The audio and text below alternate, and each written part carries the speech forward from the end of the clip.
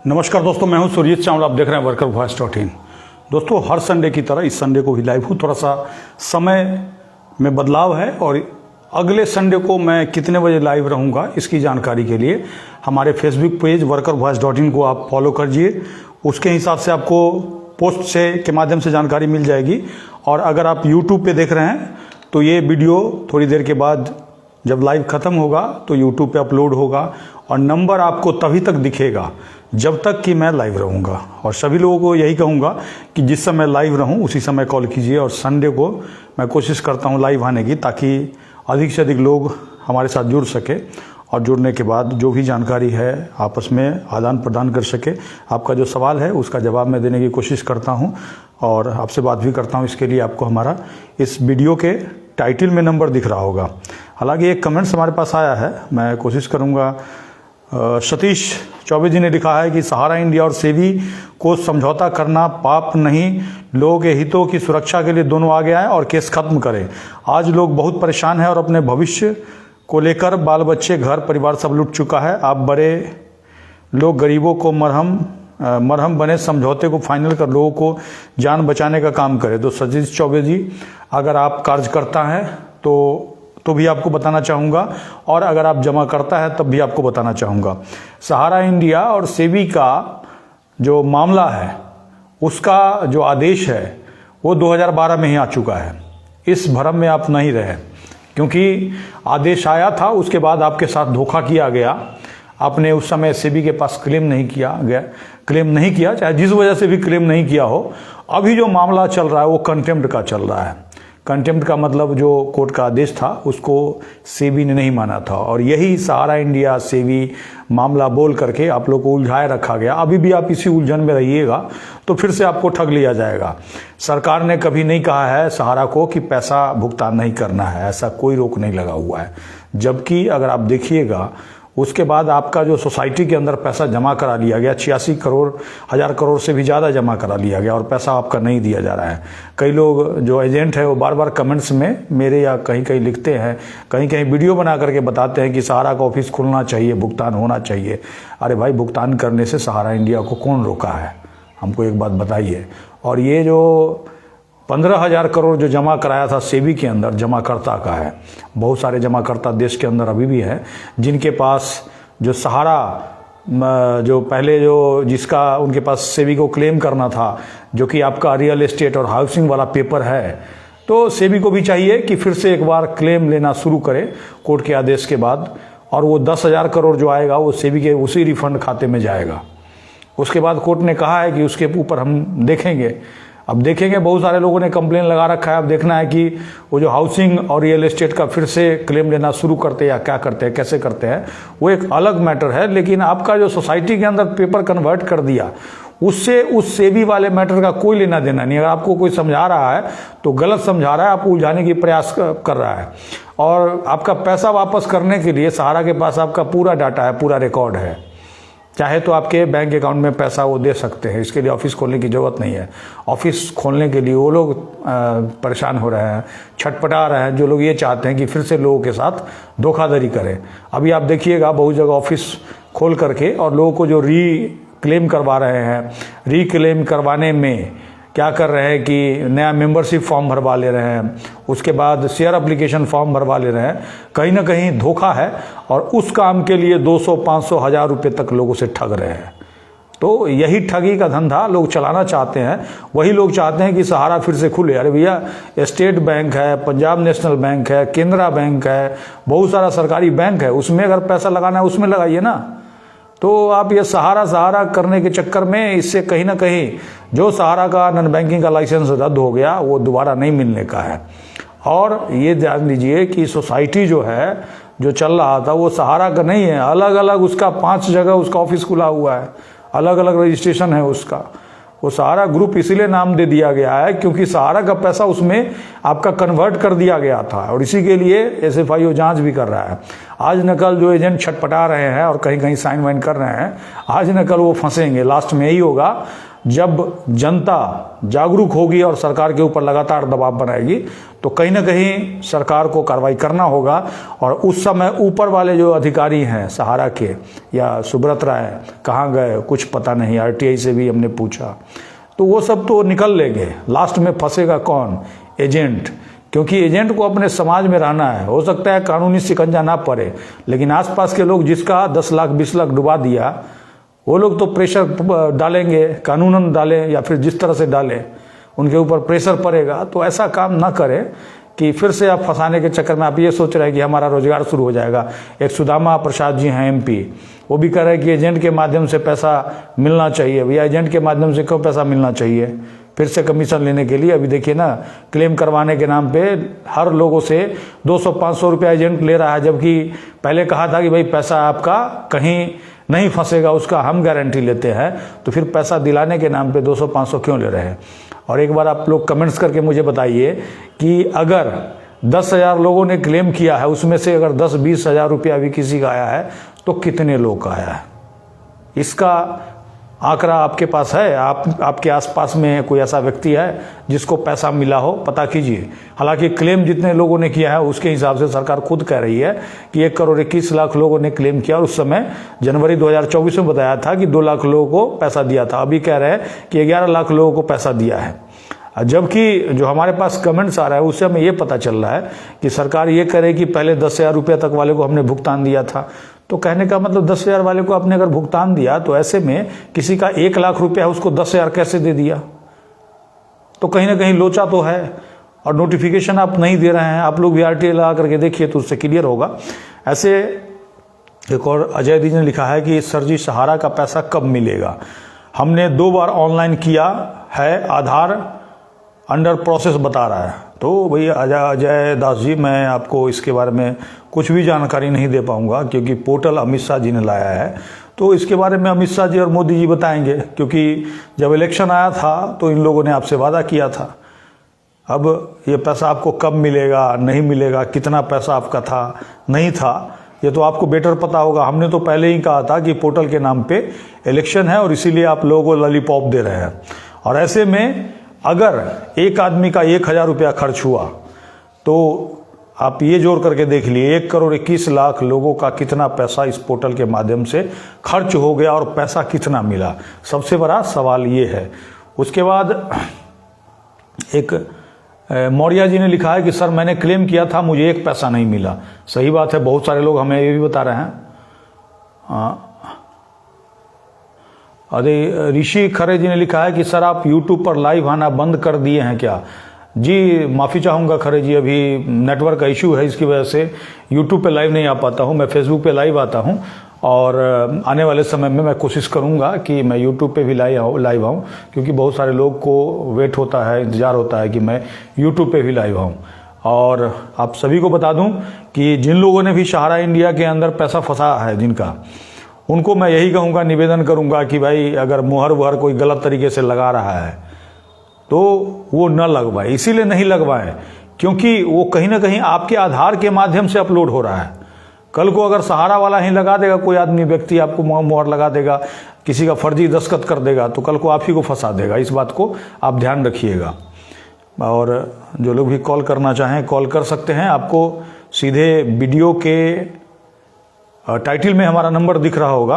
मैं एक बार चेक कर लेता हूं, कहीं गलत नंबर तो मैंने नहीं डाल दिया, क्योंकि बहुत बार ऐसा होता है कि नंबर गलत डालने की वजह से लोगों का कॉल नहीं लग पाता। एक बार चेक कर लूँ। एक बार आप लोग कमेंट्स करके बताएंगे क्या मेरा नंबर सही लिखा हुआ है, पोस्ट में दिख रहा है, नहीं दिख रहा है? नहीं, नंबर सही है।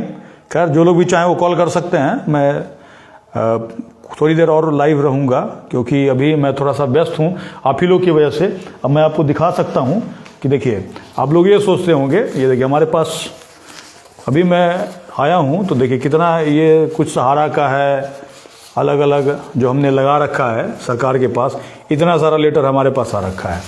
एक एक जो लेटर आया है उसकी मैं थोड़ी देर में आपको एक एक करके जानकारी देना शुरू करूँगा। हेलो हेलो, नमस्कार सर। नमस्कार सर हम बांका डिस्ट्रिक्ट से बोल रहे हैं, बिहार से सर। जी जी, नाम बता दीजिए। मेरा नाम सूरज हुआ सर। हाँ सूरज जी बताइए। सर जैसे सारा इंडिया में हमारा पापा सर पहले जमा किया था, उस टाइम हम लोग पढ़ रहे थे, उतना हमको ज्ञान नहीं था। जी जी। तो उस टाइम पापा जमा किया था, तो मतलब जब उसका टाइम पूरा हो गया तो फिर उसको डबल कर दिया, मतलब फिर से उसको उसमें कर दिया। जी जी। उसका भी टाइम मतलब वो फिर से जो किया था वो भी कंप्लीट हो गया है। लेकिन एजेंट के पास जाता है, बोलता है कि पैसा मतलब वो सरकार देगी तो देंगे, तो उसमें कैसे क्या करना चाहिए? अब देखिए कौन सा पेपर है ये तो मैं नहीं जानता हूँ, ठीक है। अलग अलग जो भी जानकारी है हमारा workervoice.in के नाम से यूट्यूब चैनल है, उस पर हमने बता रखा है। अभी जो 4 सोसाइटी है उसके भुगतान के लिए पोर्टल आ गया है, लेकिन उसमें से कितने लोगों को पैसा मिला है वो अगर आप अपने आसपास में पता कीजिएगा तो आपको बेटर पता चलेगा। हम तो यही कहेंगे कि आपके पास अगर ओरिजिनल पेपर है तो संभाल के रखिए और लोगों को, अपने आसपास के लोगों को एकजुट करना शुरू कीजिए, तभी कोई उपाय है। अभी जब लोकसभा चुनाव आया था तो हमने प्रधानमंत्री जी को पत्र भेजा था और लोगों को भी दिया था उसका फॉर्मेट, और कहा था कि अगर हमें पैसा नहीं दिया जाता है तो हम वोट का चोट देंगे, लेकिन ज़्यादातर लोगों ने वोट का चोट नहीं दिया, जिसकी वजह से फिर से उनकी सरकार आई। अब फिर से सरकार आई, बहुत सारे लोग ये कह रहे थे कि मोदी जी हमें पैसा दिलवाएंगे। अब मोदी जी का इलेक्शन खत्म हो गया और बात खत्म हो गया एक तरह से। अब देखिए तो सही बात है ना। अब देखिए जो सरकार है वो आपका पैसा सहारा के थ्रू दिला सकती है, लेकिन सरकार इसके बारे में उसमें है वो सारियान मल्टी ग्रुप, उसमें है ना सर, उसमें 18 में जमा किया था। तो 5 साल 5.5 साल का था। अरे सर देखिए वो सहारियन है जो है ना, सोसाइटी है, समझ गए? जी जी हाँ। अभी आपको जो डबल बोल रहा था वो पैसा दे रहा है किसी को? नहीं दे रहा ना। नहीं तो किसी अगर 10 साल पहले किसी ने 10,000 रुपया जमा किया, ठीक है, तो आपका 10 साल में सहारा के हिसाब से कम कितना हो जाना चाहिए था? 40,000 हो जाना चाहिए था, जी है कि नहीं? और अगर कागज में 10,000 रुपया लिखा हुआ है तो अगर किसी को मिला भी होगा तो 10,000 ही मिला होगा, 40,000 किसी को नहीं मिला। हाँ वो तो है, सही बात है ना। हमने क्लेम किया भी था, जो पोर्टल लाया था तो कहाँ किसी का अभी तक तो नहीं मिला, हमको लग रहा है। तो जो देखिए इसके लिए तो एजेंट को आपको पूछना चाहिए ना कि भाई तुमने जो फंसा दिया हमारा पैसा किसने फंसाया? तो एजेंट ही मतलब लिख के सभी का जमा किया ना, वही पता। अभी भी आप देखिएगा अलग अलग कंपनी के नाम, अलग कोई भी कंपनी, एक ठगी कंपनी भी खुल जाएगा ना आपके गांव में, तो उसमें कम से कम आपके गांव के 50 लोग जुड़ जाएंगे, ठीक है। केवल कमीशन का प्रलोभन उनको देगा, वो क्या करेंगे, गांव के लोगों को ठगना शुरू कर देंगे। सही बात है ना। तो ऐसे लोगों से बचना चाहिए और कहीं भी पैसा इन्वेस्ट करते समय कम से कम 5 बार सोचना चाहिए, ठीक है। गांव में दिखे सर अधिकतर गरीब है, उसमें उसको उतना नॉलेज नहीं रहता है, तो इसीलिए तो वो आता है एजेंट, हम ऐसे करेंगे, ऐसे आपका बढ़ा देंगे, पैसा डबल देंगे। वो लोग भी सोचता है हम 10 देंगे तो हमको 20 मिलेगा, 5 साल 6 साल उसको लालच देता है। उसमें सर वो लोग को सोचना चाहिए ना सर। लेकिन ये देखिए सबसे आसान जो है ना, गरीब को निशाना बनाना है, समझ रहे हैं, इसलिए ज्यादातर लोग गरीब को ही लूटते हैं, समझे कि नहीं। सर जितना भी पूरा भारत में सर पूरा सब तो गरीबे परिवार से आता है। यही बात है ना, तो गरीब को कम से कम जागरूक होना पड़ेगा ना। अगर आपको एक बार ठग लिया तो कम से कम इतना तो ये है कि भाई हम अगली बार नहीं ठगाएं, लेकिन आप अगली बार भी ठगा जा रहे हैं तो किसकी गलती है, सो बताइए। सर पब्लिक अगर पैसा दे रही है तभी तो कोई ठग ले रहा है। मुझे क्यों नहीं कोई ठग लेता है कि नहीं। ऐसे में सर हमारा मोहल्ला में हमको लग रहा है कि पूरा मतलब पूरा 100-150 आदमी है सर। देखिए तो 100-150 आदमी है, जब तक 100-150 आदमी एकजुट नहीं होगा कोई सुनेगा? कोई नहीं सुनेगा, है कि नहीं। तो हम तो यही प्रयास कर रहे हैं लोगों को कि भाई लोग यूनाइट हो, इकट्ठा हो, लेकिन योगी जिनका पैसा है उनको कह देते हैं कि अमित शाह भाई इधर लाइन में लग जाओ, तो लोग लाइन में लगना शुरू कर देते हैं, है कि नहीं। अभी लोगों को कह देगा कि भाई 10% हमको पहले ही दे दो, हम तुम्हारा सहारा का पैसा दिलवा देंगे, तो लोग वो भी ठगा जाएंगे। सही बात है ना। वो तो है सर। तो देखिए कैसे भी मेरा पैसा ऊपर हो, लेकिन जानकारी का अभाव से वो लोग ऐसे तो मतलब कर रहे हैं। देखिए, लोगों को जागरूक करने की ज़रूरत है, लोगों को जागरूक कीजिए, बताइए, तभी जाके लोगों को समझ में आएगा, नहीं तो ऐसे ही लोगों को ठगते रहेंगे लोग। ठीक है, ओके। तो ऐसे में सर अभी जितना भी मतलब वो दिया है पेपर सभी तो ओरिजिनल है सर, अभी इसको रखना ही पड़ेगा सर। नहीं, आपका कितना पैसा है कुल? कुल सर एक बार हम देखे थे तो मतलब पहले जमा किया था तो 1 लाख कुछ मतलब है सर, 1 लाख। देखिए, अप्लाई करने के बाद इसकी कोई गारंटी नहीं है कि आपका रिजेक्ट कर दिया जाए, समझ रहे हैं? जी। आप अपने आसपास में पता कीजिएगा तो ज़्यादातर लोगों का रिजेक्ट कर दिया है, समझे? और एक पोर्टल पर नहीं, दो पोर्टल पर रिजेक्ट कर दिया है। तो ऐसे में तो अगर आप क्लेम नहीं किए हैं तो बचे हुए हैं, कम से कम देख लीजिए। देखिए, जिस दिन सबको मिलना शुरू हो जाएगा उस दिन हम भी बताएंगे आपको, जो आप भी क्लेम कर दीजिए। सही बात है ना? हाँ सर, क्लेम नहीं किया सर। अब एक बात बताइए, 1000 में अगर 1-2 आदमी को दे रहा है, सपोज कीजिए, तो हम ऐसे में किसी को कैसे क्लेम करने के लिए कहे हैं, है कि नहीं? जी सर। ठीक है, तो इसीलिए जुड़े रहिए और लोगों को कम से कम एकजुट कीजिए, लोगों को जागरूक कीजिए। आगे कुछ भी करते हैं तो फिर साथ दीजिए, उसमें मिल करके हम लोग लड़ेंगे। क्योंकि देखिए, सबसे बड़ा ताकत जनता के पास है, समझे? देश का तकरीबन नहीं कम से कम तो 13 करोड़ जमाकर्ता में 50 करोड़ जो फैमिली है उसका, समझ रहे हैं? अगर एक आदमी के घर में कम से कम 5-5 वोट है कि नहीं है? अच्छा मौका लोगों को मिला था, लोग मौका चूक गए, समझे कि नहीं? क्योंकि जिस दिन सरकार को या किसी नेता को यह एहसास हो जाएगा कि सहारा इंडिया वाला हमारा कुर्सी उलट देंगे, उस दिन आपकी बात हर जगह होगी। सही बात है ना? ठीक है जी? जी। ओके जी। सबसे बड़ी बात है कि लोगों के पास बहुत अच्छा मौका था, लोग मौका अपना गवा चुके हैं। ऐसे अभी बिहार के अंदर चुनाव है, हम कोशिश करेंगे कि कम से कम बिहार सरकार इसको मुद्दा बनाए। हेलो। हाँ जी। वर्कर वॉइस से? हाँ जी, हाँ जी। हाँ सर, नमस्कार, मैं विपिन गर्ग कानपुर से बोल रहा हूँ। हाँ विपिन जी, बताइए। सर, मैं एक मेडिकल रिप्रेजेंटेटिव था LMD फार्मास्यूटिकल्स में। MR जी। मैंने अपना केस आपको लिख के भी भेजा था। हाँ। तो सर 2014 में इन्होंने मुझे ट्रांसफर किया कानपुर से चेन्नई।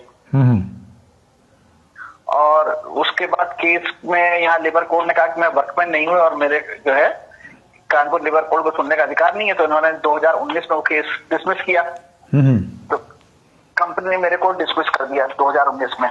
ओके। और सैलरी मेरी 2014 से 19 तक की भी इन्होंने नहीं दी। ट्रांसफर के बाद ही सैलरी बंद कर दी। उसके बाद इंक्वायरी करी, इंक्वायरी में एज यूजुअल इनको पता था कि मेरे को जो है डिसमिसल, इंक्वायरी नाम की इंक्वायरी थी, उसको केवल कागज पे करने के लिए इन्होंने इंक्वायरी करी। इंक्वायरी पूरी करी। ट्रांसफर जब किया था तो आप नहीं गए थे? नहीं, ज्वाइन नहीं किया था आपने, है ना? नहीं, तो नहीं किया था। और उसमें हमने फिर जब ट्रांसफर के तुरंत बाद ही हमने केस लगा दिया था। और यहाँ लेबर गुजरात से हमने आगे निकलवा लिया कि इनके पास कोई स्टैंडिंग ऑर्डर नहीं है। फिर से एक बार बोलिए, आपकी वॉइस ब्रेक हो गई है। हाँ, मैंने गुजरात लेबर डिपार्टमेंट से RTI में जानकारी हासिल कराई कि जो है इस कंपनी के पास कोई स्टैंडिंग ऑर्डर नहीं है। अच्छा, क्या तो ये मेरा ट्रांसफर उत्तर प्रदेश के बाहर नहीं कर सकते। तो वो एक स्टैंडिंग ऑर्डर का मैंने केस लगा दिया यहाँ पर वायलेशन का, और बाकी जो ट्रांसफर सही है अथवा नहीं।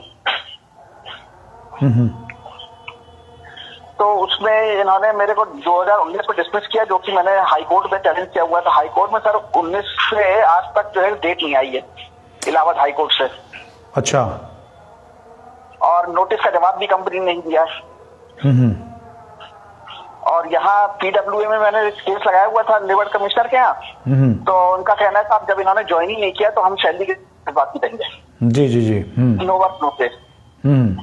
तो सर इसमें हमारे आपसे रिक्वेस्ट है, इसमें कोई ऐसा कानून या वो है कि कम से कम डिसमिसल तक की तो हमें सैलरी 2014 से 19 तक की दे। देखिए, एक बात बताता हूँ, अभी चूंकि आपका कोर्ट के अंदर पेंडिंग है, ठीक है जी। नीचे जो ऑर्डर हुआ आपके खिलाफ हुआ है जी। तो ऐसे में तो देखिए, अगर आप नीचे जीत जाते ना तो एक 17B का लाभ मिलता है, हाई कोर्ट अगर मैनेजमेंट जाती है ऐसी स्थिति में। लेकिन चूंकि आपका नीचे जो है आपके खिलाफ ऑर्डर है तो इसमें तो कुछ होगा नहीं, अब जब तक हाई कोर्ट आपका मामला न सुने, उसमें कुछ ना हो, तब तक कुछ नहीं हो सकता है भाई। लोअर कोर्ट ने तो प्रिलिमिनरी इशू पे ही खारिज कर दिया कि साहब ये वर्कमैन नहीं है, जबकि मेडिकल एबिलिटी वर्कमैन है सब जगह। नहीं उत्तर तो प्रदेश में नहीं है, उत्तराखंड में है, सब जगह है। नहीं, इसी के खिलाफ तो आप हाई कोर्ट गए हुए हैं। जी जी जी। तो हाई कोर्ट उस बात को देख करके फिर आपके अगर पक्ष में फैसला दे दे तो फिर आगे बात बने, समझ रहे हैं। हाँ हाँ। सबसे बड़ी बात है कि नीचे जो आपका ऑर्डर होता है, अगर आपके खिलाफ है तो आपको भी राइट है, उनको भी राइट है। अगर आपके पक्ष में अगर अगर बहुत से बहुत इसमें क्या होगा कि हाई कोर्ट उनको कहेगा अब सुनो इनको, समझ रहे हैं। जी। हाई कोर्ट ऐसा नहीं है जो आपको कह देगा कि नौकरी पे रखने के लिए, वो खाली कहेगा कि इनको अब सुनो तुम। नहीं, वो हाई कोर्ट की तरफ से यही आदेश आएगा कि आपको एज ए वर्कमैन मान करके सुनवाई करने के लिए, तो फिर आपका वहां पे सीजीआईटी के अंदर चलेगा। सीजीआईटी नहीं, स्टेट गवर्नमेंट। हाँ, स्टेट गवर्नमेंट, हाँ। तो वहां पे चलेगा आपका केस जी, लेबर कोर्ट में, ठीक है जी। अब आपका डेट वहां पे क्यों नहीं आया ये नहीं बता सकता ऐसे दिल्ली हाई कोर्ट, बाकी जगह भी यही हाल है। लेबर के मामले में जज या तो होते हैं या होते हैं तो कम होते हैं, और होते भी हैं तो कई बार उनको किसी दूसरे कोर्ट में भेज दिया जाता है। आपका डेट लग गया, सुनवाई ही नहीं हुई। हाँ, हाई कोर्ट में गया भी हूँ, बहुत स्लो प्रोसेस है वहाँ का, कि वो मालूम दिन भर में 50 केस भी नहीं निपटाते हैं। वही बात है ना, 150 लाइन में लगा होता है केस। हाँ हाँ हाँ, यही होता है ना। जब जाते हमारा कहता है कि साहब मैं क्या करूँ, देखिए एप्लीकेशन लगी हुई है 2014 से, देखिए सर, देखिए बात बताता हूँ, इसके लिए कौन दोषी है? सिस्टम ही है, और क्या दोषी? नहीं तो वोट करने का तो हमको राइट है, हाँ, है कि नहीं। अगर आपको मैं सीजीआईटी का बता दूं तो दिल्ली के अंदर क्या हाल है, सीजीआईटी में भी यही हाल है। मैं पहले तो मेरा केस खुद का था तो मैं तो जीत गया, मुझे करीब 7 साल लगे, ठीक है। अच्छा, 7 साल लगे मुझे, मैं जीत गया। हाँ, लेकिन उस समय जब मेरा केस गया था तो महीने में एक डेट लग जाती थी और सुनवाई भी होती थी, समझे। हाँ। लेकिन अभी मैं पिछले करीब जब से मोदी जी की सरकार बनी है उसके बाद मैं यही देख रहा हूँ कि भैया अगर जज साहब का दर्शन हो गया तो बहुत बड़ी बात है। हाँ, वो तो वही लोग कहते हैं कोर्ट में ही कि भैया इंस्ट्रक्शन है कि एम्प्लॉयर के खिलाफ कुछ नहीं होना चाहिए। वही बात है ना, चक्कर में ना यहाँ लेबर कोर्ट में सुनवाई होती है हफ्ते में 3 दिन। अभी आपने एक सुना होगा, ये मोदी जी का एक सुप्रीम कोर्ट के अंदर सुनवाई हुआ था जी, सुना था ना, जो चंदा उंदा वाला मामला आया था। हाँ, इलेक्ट्रल बॉन्ड का अभी हाँ, तो वही चक्कर है हर जगह, समझ रहे हैं। जितने कंपनी वाले हैं ना वो सरकार को कुछ चंदा दे देती है और मजदूर का हक खा जाती है। हाँ, बस वही चीज। तो मैं यही पूछा, तो मैंने कहा इसमें शायद कोई कुछ सुनवाई के लिए मैंने जो है राष्ट्रपति जी को भी दिखा था, उन्होंने करके भेजा। राष्ट्रपति के सुनवाई से कुछ नहीं होगा। आप अपने वकील साहब को कहिए कि उसको मेंशन करवाएं 1 बार 2 बार, समझ रहे हैं। नया मामला है, क्योंकि आपका तो बस एक डेट में आपका चला जाएगा वहाँ, भाई इसको करना है कि नहीं करना है कि नहीं। हाँ, क्योंकि उन्होंने नोटिस तक जवाब नहीं दिया। हाँ, तो देखिए कोर्ट के तरफ से अगर एक दिन भी सुनवाई हो जाएगी ना, कोर्ट कह देगा चलो भाई वर्कमैन है इसको सुनो तुम, तो वहाँ आपका शुरू हो जाएगा, क्योंकि उसमें भी तो वहाँ भी आपको टाइम लगना है। नहीं, अगर वहां से डायरेक्शन हो जाएगा तो मेरे ख्याल से टाइम कम लगना चाहिए कि विदिन 3 मंथ या 6 मंथ। ना, वो सब टाइम उसके चक्कर में मत रहिए। हालांकि 90 दिन का समय है, समझ रहे हैं, लेबर कोर्ट में 90 दिन का समय, लेकिन 90 दिन में कभी सुनवाई नहीं। मैंने बताया तो अपना, मेरा 7 साल लगा। अच्छा, वापस आने के बाद? नहीं, मेरा तो वापस का कुछ नहीं ना, मेरा तो सीधे नीचे से शुरू हुआ था। हाँ, और उसने 7 साल लगा दिया, ठीक है। हाँ, ओके, 90 दिन का समय है, लेकिन ये नहीं है कि भाई आपको इसको फॉलो करना है, और कोई फॉलो भी नहीं करता। मतलब डब्ल्यूए में भी जब ये साफ लिखा हुआ है कि भाई 1 से 7 तारीख तक तनख्वाह नहीं मिलती, तो इनका राइट है पूरा, और आपने डिस्मिसल भी नहीं किया, तो मेरा तब 14 में तो सुनने पे गया डिस्मिसल। अब चूंकि देखिए अब उसका आपका सुनवाई ही नहीं किया ना, तो अब इसमें हाई कोर्ट आगे क्या करेगा उसी के हिसाब से कुछ हो पाएगा, ठीक है। ठीक है, ओके मैंने भी लॉ कर लिया, मैं प्रैक्टिस कर रहा हूँ यहाँ पर। अच्छी बात है, कम से कम। ना ना ना, मेरी जानकारी के हिसाब से तो यही है। ठीक है ठीक है ठीक है ठीक है ना? ठीक है। ओके जी, ओके जी। दोस्तों जैसा कि हमने बताया था कि मैं 30 मिनट लाइव रहूँगा। एक और कॉल आ गया, लास्ट कॉल में एक बार बात कर लेता हूँ। Hello hello. हाँ जी नमस्कार सर। नमस्कार सर जहानाबाद डिस्ट्रिक्ट से बात कर रहे हैं हम। हाँ जी, नाम बता दीजिए। सर मेरा नाम सन्नी कुमार है। हाँ सन्नी जी बताइए। बोले मेरा सहारा क्रेडिट कोऑपरेटिव में मेरा पैसा इन्वेस्ट था, ठीक है, 1 लाख करीब 30,000 का लमसम में है। ओके। मेरा जमा पूंजी है। और वो मतलब फर्स्ट टाइम जब ऑनलाइन पोर्टल स्टार्ट हुआ था तो उसमें हमने अप्लाई किए थे, तो वो तो रिजेक्ट कर दिया किसी कारणवश में, कुछ त्रुटि बता करके। और फिर कुछ दिन के बाद क्या हुआ ना कि मतलब वो फिर से अप्लाई किए, मैंने कुछ दिन के बाद फिर से अप्लाई का ऑप्शन दिया हमको, तो फिर से अप्लाई किए, तो फिर से रिसबमिशन किए। और अभी तक 4 तारीख क्या बोला था, 11वां महीना 2024 को ही अप्लाई किए थे और अभी तक अंडर प्रोसेस में ही शो कर रहा है पोर्टल पे। मतलब इस पे कोई कार्रवाई नहीं किया जा रहा है सर, मतलब क्या है? आपके यहाँ के सांसद कौन है, कौन से पार्टी के हैं वो बताइए। जी सांसद यहाँ है, ये क्या नाम है, सुरेश यादव। कौन से पार्टी के हैं? सुरेंद्र ये जो आरजेडी का है सर। तो उनसे आप कभी इसके ऊपर बात किए हैं? कभी मिलते ही नहीं है तो फिर कैसे बात करें? तो नंबर निकालिए ना, नेट पे तो नंबर मिल जाएगा। अच्छा आपके तो नहीं किया गया। देखिए कोशिश कीजिए, सबसे बड़ी बात है जिसको आप वोट दिए हैं और जो जीत के गया है उसको पकड़िएगा ना, तो कम से कम आपकी आवाज़ वहाँ पार्लियामेंट तक पहुँचेगी। बिल्कुल। और ऐसा तो है नहीं कि केवल आप ही का पैसा है, बहुत सारे लोग आपके एरिया में होंगे। सर पोर्टल पर लिखता है 45 डेज, बताइए वो अमित शाह जी 45 दिन की बात अमित शाह जी किए थे, ठीक है।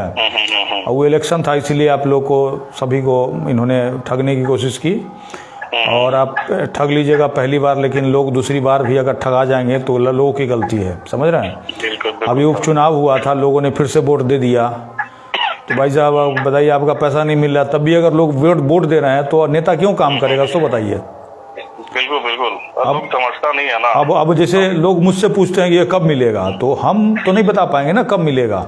हमने तो हमारे पास जानकारी आई, हमने लोगों को बताया कि भैया बंद हो चुका है, पैसा नहीं जमा कीजिए, है कि नहीं? हाँ बिल्कुल हमारे पास देखिए, हमारे पास जितना है उतना हम कर रहे हैं, जहाँ जहाँ भेजना है हम लगा, ये हम पिछले 2 महीने के बीच का है हमारे पास जो आया है, समझ रहे बात को।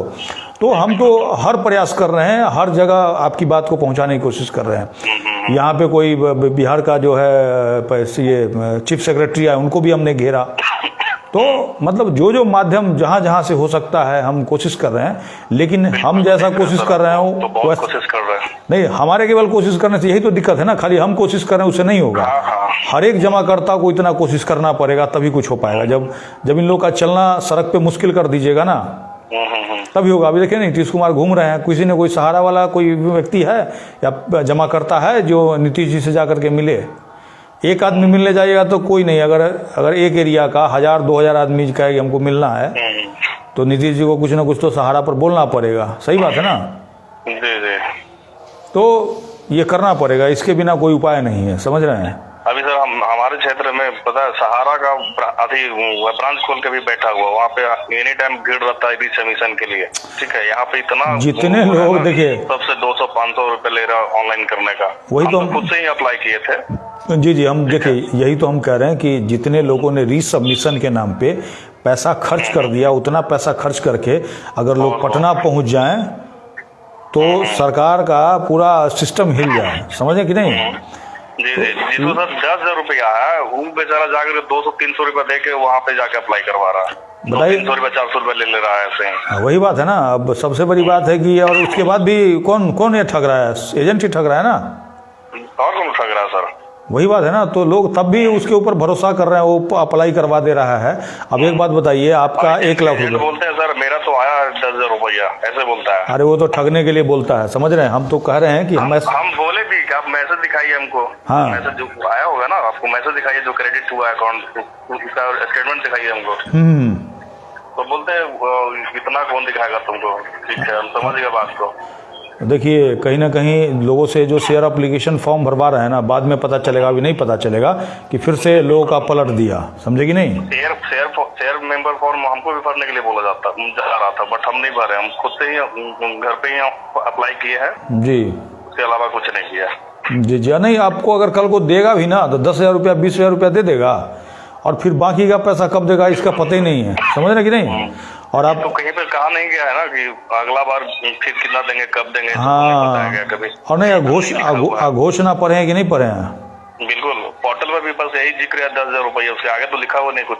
जी जी जी, देखिए इसके लिए यही है एक तरीका, लोग एकजुट हों। काम किया जा रहा है, हमको पता है बढ़िया से, लेकिन अब क्या करें। जी, तो इसके लिए बस यही तरीका है कि लोग एकजुट होकर के कम से कम नेता उता को घेरना शुरू करें। अभी बिहार के अंदर चुनाव आ रहा है, ठीक है, नीतीश कुमार जी इसके ऊपर ना कुछ बोल रहे हैं। बिहार में चुनाव सर, जिस दिन मेरा दरवाजा पे आ गया ना, उस दिन इसका बारे में जरूर जवाब देंगे हम। ठीक है, आप बात उत कीजिएगा ना तो वीडियो बना करके हमको भी भेजिएगा। बिल्कुल बिल्कुल, उसको हम ऑन रिकॉर्डेड के साथ में बात करेंगे, जो भी आएगा मेरे घर पे नेता लोग का।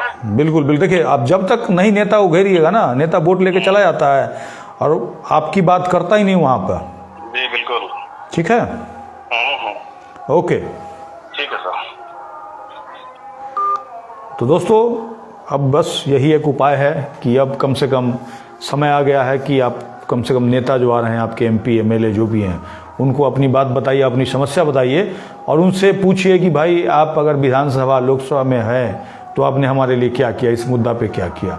इसी के साथ विदा लेता हूं, फिर अगले संडे को हम मिलते हैं। इसके बीच हमारे पास कोई भी जानकारी आएगी आपके लिए हम आपको देंगे। इसके साथ ही विदा लेता हूं, धन्यवाद।